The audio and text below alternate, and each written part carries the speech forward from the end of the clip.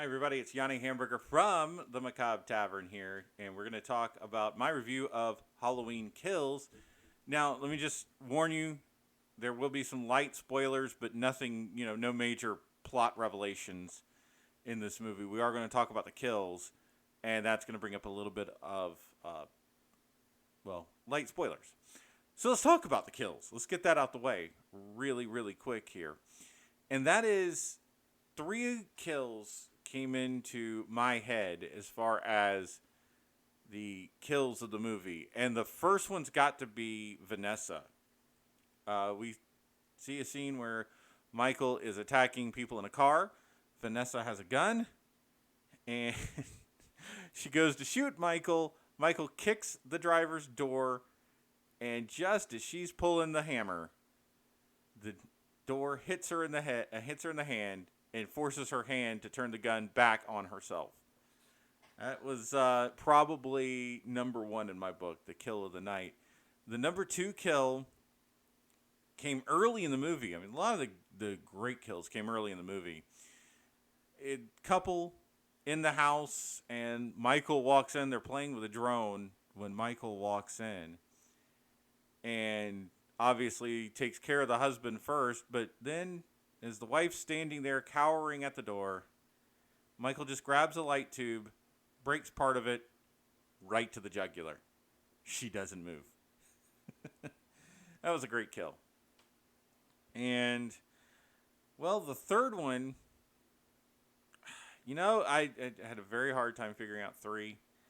But the third one is not a kill we see on screen.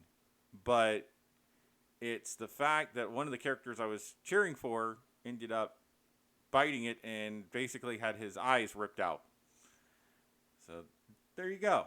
That's my three favorite kills in Halloween Kills. So as for the movie itself, absolutely outstanding. Made a couple of great commentaries on life and Twitter. And really the mentality that we've all kind of adopted the last 8, 9, 10 years with this mob mentality gets somebody innocent, well, quote unquote innocent, killed because they all think he's Michael and he's not, obviously. The chanting of "Evil Dies Tonight" is in there, and I thought that was a great commentary on basically social media. I honestly did. I mean, I don't know if they made that intentional, but that mob mentality definitely rang true, and I saw a lot of social media parallels with that. As far as Jamie Lee Curtis goes, less was more definitely in this movie, and I love the fact that she never left the hospital at all. Because you get some of these movies sometimes, and they get so determined. It's like, oh, I'm just going to leave the hospital here, and she's got internal injuries. It actually felt a little bit more realistic.